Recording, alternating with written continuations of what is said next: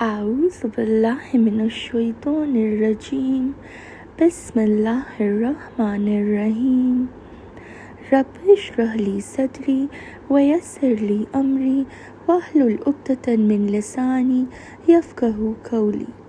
The most beautiful dua by Musa alayhi salam, which says, O my Lord, open for me my chest, that is, grant me self-confidence, contentment and boldness, and ease my task for me, and make loose the knot, the defect from my tongue, that is, remove the incorrectness from my speech, so that they may understand my speech. And now, praise for Allah subhanahu wa ta'ala and the blessings and salutations upon our beloved Prophet Muhammad, peace be upon him. All praise is due to Allah subhanahu wa ta'ala. Blessings and salutations upon our beloved Prophet Muhammad, peace be upon him. We ask Allah to bless his entire family, the most pure, the most noble of all families. And we ask Allah to bless all his companions. And we ask Allah to bless every single one of us. And to bless our offsprings, those to come up to the day of Qiyamah. And may Allah bless the entire Ummah at large. Ameen. Assalamu alaikum wa rahmatullahi wa barakatuhu. We are back, and we are back with the 10th series which is going on, which is about the Hindi translation of the divine text of Quran. And now, alhamdulillah, we have now reached to chapter number 7 of this series. So the 7th chapter, in this chapter we are going to now continue further with the second surah which we are on, which is Surah Al-Baqarah, and we'll be continuing from ayat number 177 now. In the last chapter we had covered from ayat number 163 to 176 of the same surah, Surah Al-Baqarah. And now, inshallah, in this chapter, we will be now continuing from ayat number 177 onwards. So, without any delay, let us begin by seeking refuge in Allah subhanahu wa ta'ala once again from the accursed shaitan, and then to begin. A'udzu billahi minasyaitonirrajim. Bismillahirrahmanirrahim. Second surah, Surah Al-Baqarah, ayat 177 onwards.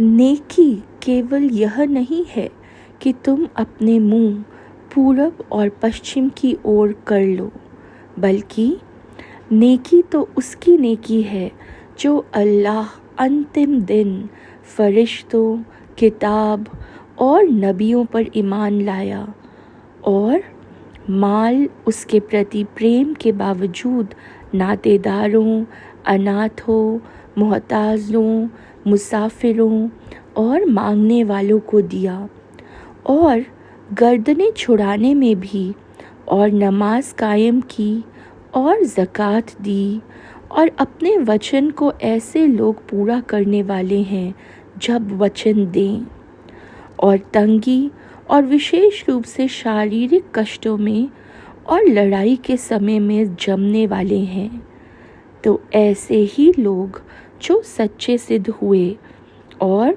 वही लोग डर रखने वाले हैं। ए ईमान लाने वालों, मारे जाने वालों के विषय में हत्या दंड तुम पर अनिवार्य किया गया। स्वतंत्र स्वतंत्र बराबर हैं, और गुलाम गुलाम बराबर हैं, और औरत औरत बराबर है। फिर यदि किसी को उसके भाई की ओर से कुछ छूट मिल जाए तो सामान्य रीति का पालन करना चाहिए और भले तरीके से उसे अदा करना चाहिए। यह तुम्हारे रब की ओर से एक छूट और दयालुता है। फिर इसके बाद भी जो ज़्यादती करे तो उसके लिए दुखद यातना है। ए बुद्धि और समझ वालों, तुम्हारे लिए हत्या दंड में जीवन है ताकि तुम बचो। जब तुम में से किसी की मृत्यु का समय आ जाए, यदि वह कुछ माल छोड़ रहा हो, तो माँ बाप और नातेदारों को भलाई की वसीयत करना तुम पर अनिवार्य किया गया। यह हक है डर रखने वालों पर। तो जो कोई उसके सुनने के पश्चात उसे बदल डाले, तो उसका गुनाह उन्हीं लोगों पर होगा जो इसे बदलेंगे। निस्संदेह अल्लाह सब कुछ सुनने वाला और जानने वाला है।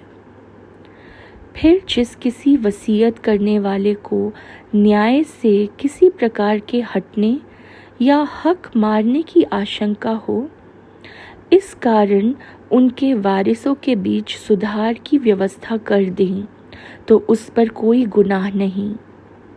निस्संदेह अल्लाह क्षमाशील अत्यंत दयावान है। ए ईमान लाने वालों, तुम पर रोज़े अनिवार्य किए गए, जिस प्रकार तुमसे पहले के लोगों पर किए गए थे, ताकि तुम डर रखने वाले बन जाओ। गिनती के कुछ दिनों के लिए इस पर भी तुम में कोई बीमार हो या सफ़र में हो, तो दूसरे दिनों में संख्या पूरी कर ले। और जिन बीमार और मुसाफिरों को इसकी मोहताजों को खिलाने की सामर्थ्य हो, उनके ज़िम्मे बदले में एक मोहताज का खाना है। फिर जो अपनी खुशी से कुछ और नेकी करे, तो यह उसी के लिए अच्छा है, और यह कि तुम रोज़ा रखो तो तुम्हारे लिए अधिक उत्तम है, यदि तुम जानो। रमज़ान का महीना, जिसमें कुरान उतारा गया लोगों के मार्गदर्शन के लिए, और मार्गदर्शन और सत्य असत्य के अंतर के प्रमाणों के साथ। अतः तुम में जो कोई इस महीने में मौजूद हो, उसे चाहिए कि उसके रोज़े रखे, और जो बीमार हो या सफ़र में हो, तो दूसरे दिनों में गिनती पूरी कर ले। अल्लाह तुम्हारे साथ आसानी चाहता है, वह तुम्हारे साथ सख्ती और कठिनाई नहीं चाहता। वह तुम्हारे लिए आसानी पैदा कर रहा है और चाहता है कि तुम संख्या पूरी कर लो, और जो सीधा मार्ग तुम्हें दिखाया गया है, उस पर अल्लाह की बड़ाई प्रकट करो, और ताकि तुम कृतज्ञ बनो। और जब तुम में से मेरे बंदे मेरे संबंध में पूछें, तो मैं तो निकट ही हूँ, पुकार का उत्तर देता हूँ। जब वह मुझे पुकारता है, तो उन्हें चाहिए कि वे मेरा हुक्म माने और मुझ पर ईमान रखें, ताकि वे सीधा मार्ग पा लें। तुम्हारे लिए रोज़ों की रातों में अपनी औरतों के पास जाना जायज़ हुआ। वे तुम्हारे परिधान यानी लिबास हैं, और तुम उनका परिधान अर्थात लिबास हो। अल्लाह को मालूम हो गया कि तुम लोग अपने आप से कपट कर रहे थे, तो उसने तुम पर कृपा की और तुम्हें क्षमा कर दिया। तो अब तुम उनसे मिलो जुलो, और अल्लाह ने जो कुछ तुम्हारे लिए लिख रखा है, उसे तलब करो, और खाओ और पियो, यहाँ तक कि तुम्हें उषा काल की सफ़ेद धारी रात की काली धारी से स्पष्टता दिखाई दे जाए। फिर रात तक रोज़ा पूरा करो, और जब तुम मस्जिदों में इत्काफ की हालत में हो, तो तुम उनसे ना मिलो। ये अल्लाह की सीमाएं हैं, अतः इनके निकट ना जाना। इस प्रकार अल्लाह अपनी आयतें लोगों के लिए खोल खोल कर बयान करता है, ताकि वे डर रखने वाले बने। और आपस में तुम एक दूसरे के माल को अवैध रूप से ना खाओ और ना उन्हें हाकिमों के आगे ले जाओ कि हक मार कर लोगों के कुछ माल जानते बूझते हड़प सको।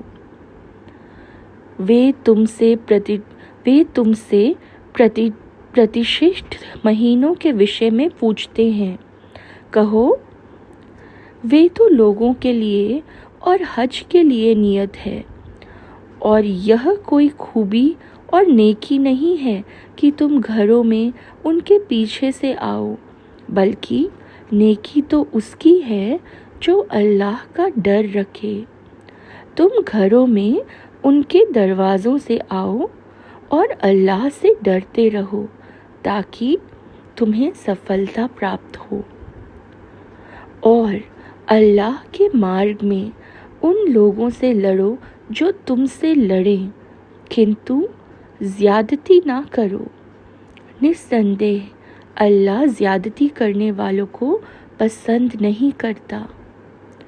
और जहाँ कहीं उन पर काबू पाओ, कत्ल करो और उन्हें निकालो जहाँ से उन्होंने तुम्हें निकाला है, इसलिए कि फितना यानी उत्पीड़न कत्ल से भी बढ़कर गंभीर है।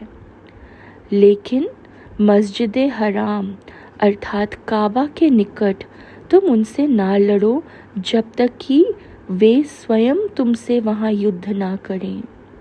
अतः यदि वे तुमसे युद्ध करें तो उन्हें कत्ल करो। ऐसे इनकारियों का ऐसा ही बदला है। फिर यदि वे बाज आ जाएं तो अल्लाह भी क्षमा करने वाला अत्यंत दयावान है। तुम उनसे लड़ो यहाँ तक कि फितना शेष ना रह जाए और दीन अल्लाह के लिए हो जाए। अतः यदि वे बाज आ जाएं तो अत्याचारियों के अतिरिक्त किसी के विरुद्ध कोई कदम उठाना ठीक नहीं। प्रतिष्ठित महीना बराबर है प्रतिष्ठित महीने के, और समस्त प्रतिष्ठाओं का भी बराबरी का बदला है। अतः जो तुम पर ज्यादती करे तो जैसी ज्यादती वह तुम पर करे, तुम भी उसी प्रकार उससे ज्यादती का बदला लो। और अल्लाह का डर रखो और जान लो कि अल्लाह डर रखने वालों के साथ है।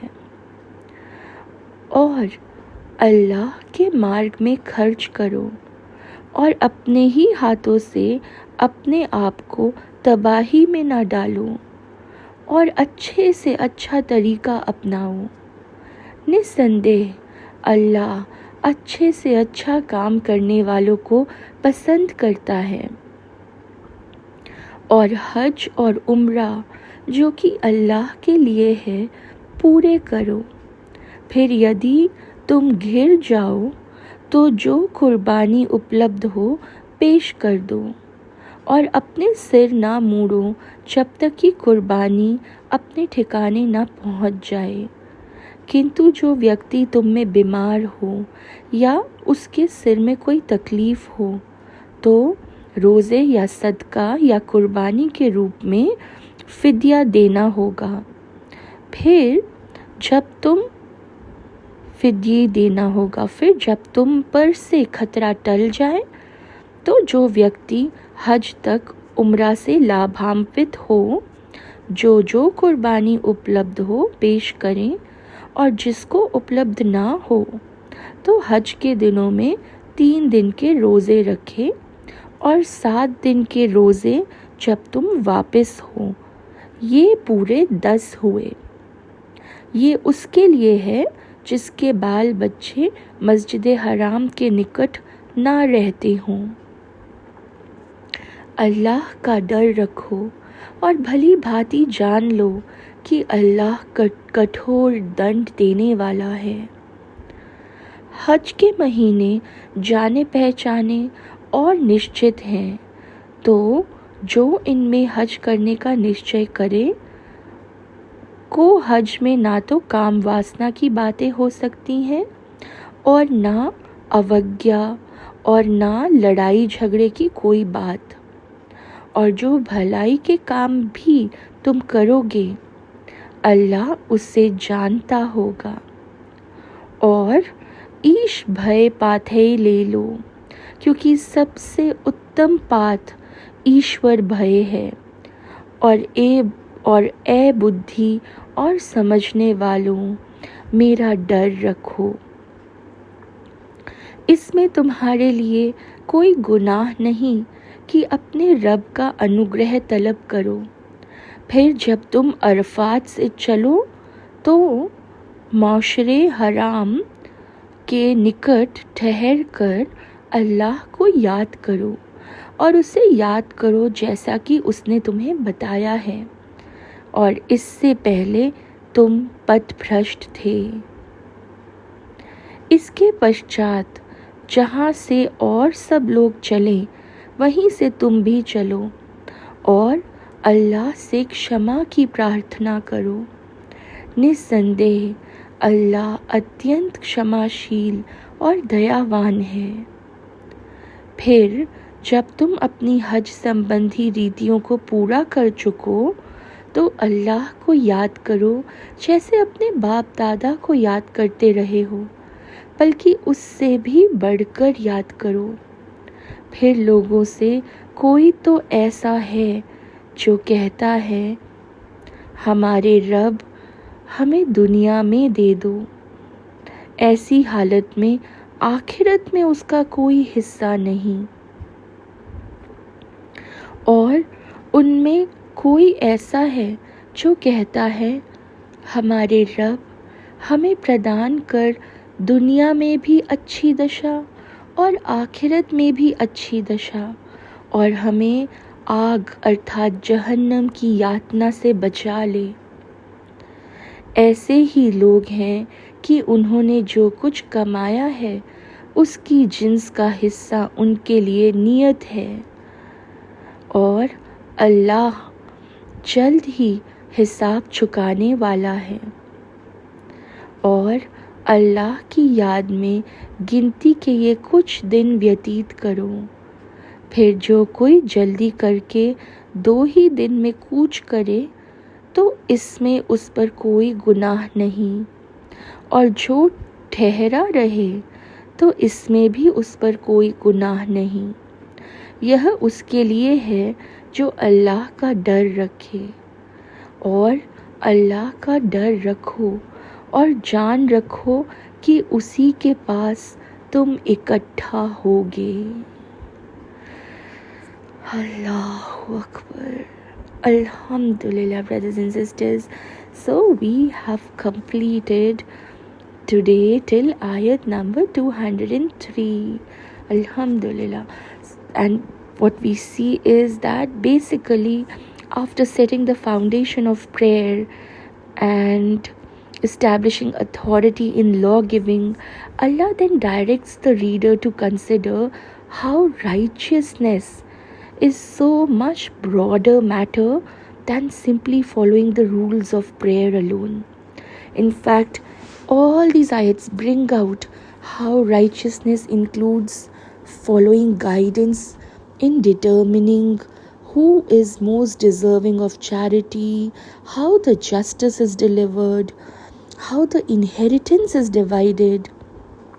It also tells about how to fast in Ramadan and citing the crescent moon to establish times for worship, and also avoiding tampering with time and refraining from devising schemes to acquire each other's wealth unlawfully.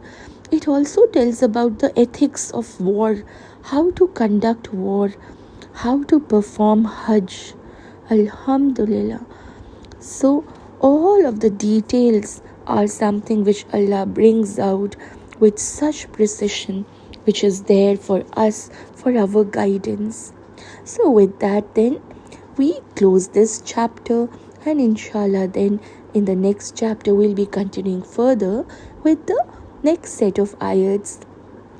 Till then, Keep everybody in duas, take utmost care of yourselves, and reflect upon these important ayats which are there, which are bringing with such minute details all the guidance which Allah subhanahu wa ta'ala is bestowing upon us.